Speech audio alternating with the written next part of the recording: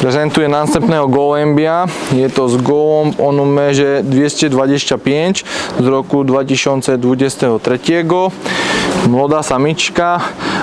Ojciec jest wnukiem Gelogera. Gołąb, ktorý v roku 2012 robil výnik mistra Slovácii ročných gołębí. On byl v tej družine tých gołębí.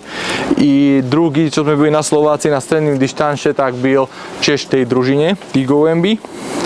Matka je tu samička od kolegy Mareka Skrbeka z Čech. Super lotnička, originál samica, ktorá lotovala u nás na gołębníku a je to curkou gołębia, ktorý byl čtvrtý v Čechách v kategórii B.